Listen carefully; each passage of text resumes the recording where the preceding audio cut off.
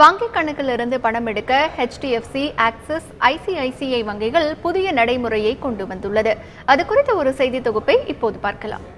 HDFC வங்கியில் மாதத்திற்கு 4 முறை மட்டுமே இலவசமாக டெபாசிட் செய்ய பணம் எடுக்க முடியும். 4 முறைகளில் மாதத்திற்கு 2 லட்சம் ரூபாய் வரை மட்டுமே இலவசமாக எடுக்க முடியும். 5வது முறையிலிருந்து குறைந்தபட்சம் 150 ரூபாய் கட்டணம் வசூலிக்கப்படும். இந்த 150 ரூபாய் கட்டணத்திற்கு தனியாக சேவை வரி, செஸ் வரி போன்றவை செலுத்த வேண்டும் என்பது குறிப்பிடத்தக்கது. அதேபோல் 2 லட்சம் ரூபாய்க்கு மேல் ஒவ்வொரு 1000 ரூபாய்க்கும் 5 ரூபாய் கட்டணம் வசூலிக்கப்படும் என்றும், சேமிப்பு கணக்கு மற்றும் சம்பள கணக்கு வைத்துள்ளவர்களுக்கு இந்த கட்டண நடைமுறை பொருந்தும் எனவும் HDFC வங்கி தெரிவித்துள்ளது.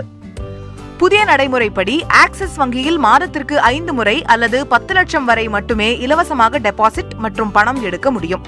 5வது முறைக்கு மேல் குறைந்தபட்சம் 150 ரூபாய் கட்டணம் வசூலிக்கப்படும் என்றும், சேமிப்பு கணக்கு மற்றும் சம்பள கணக்கு வைத்துள்ளவர்களுக்கு இந்த கட்டண நடைமுறை பொருந்தும் எனவும் ஆக்சிஸ் வங்கி கூறியுள்ளது.